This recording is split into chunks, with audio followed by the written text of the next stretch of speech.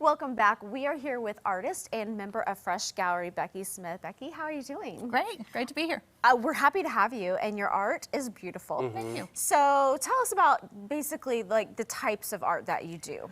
Well, I really like to work in acrylic because it has a lot of wonderful features, but I also like to work with oil.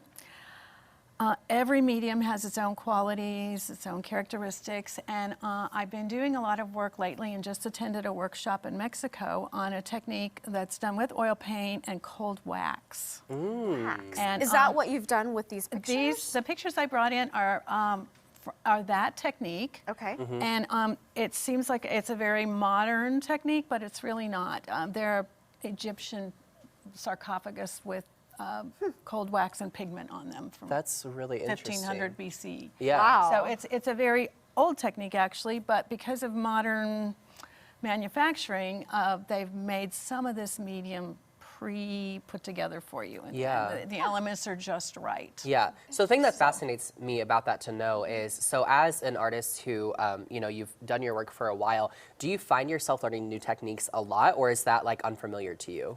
I like to work with new ideas. I really like this technique. Yeah? Yeah. It's one I learned when I was very young, but at that time you had to mix up all of the wax medium on your own. Yeah. So it's made of a beeswax, which has been purified and filtered, so it has no color to it. So it doesn't that's change the interesting. pigment that you add. It has a solvent, it has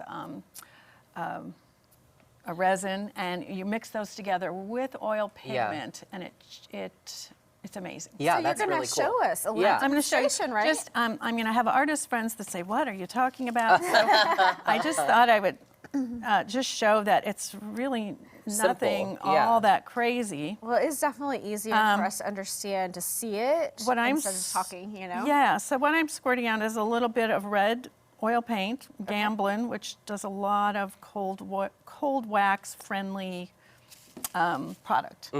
So this is the cold wax medium, which is kind of the consistency of a ripe banana.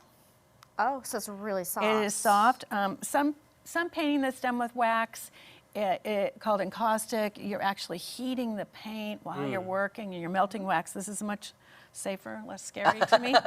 So I'm just taking red oil paint and mixing it with this cold wax medium. So you can see it doesn't change the color at all, but it changes the texture. Like the buildability, kind of? Yeah, so you can build up very thick surfaces, you can carve back into them, and it still has the richness of oil paint, but it's not shiny, it's more velvety. That's interesting. You know, it looks like cake frosting. Yeah, it does. It's kind of like, it kind of stays. So really fun to work with. So usually artists are working with brushes, and you can use a brush with this. Some other things work really well, like painting just with a palette knife, which is the way this one is done.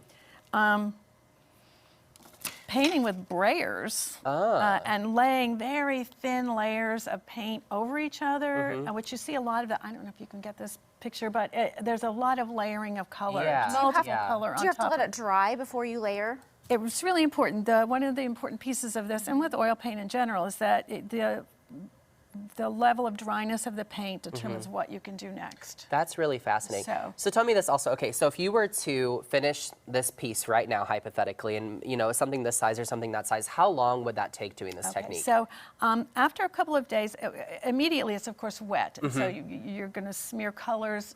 If that's what you want to do, that's the time to do it. You're going to lay down layers. After a few days, it starts to get drier and kind of sticky, and that's beautiful for using a brayer. So when it's sticky and tacky, you can start putting very thin layers on it. Very cool.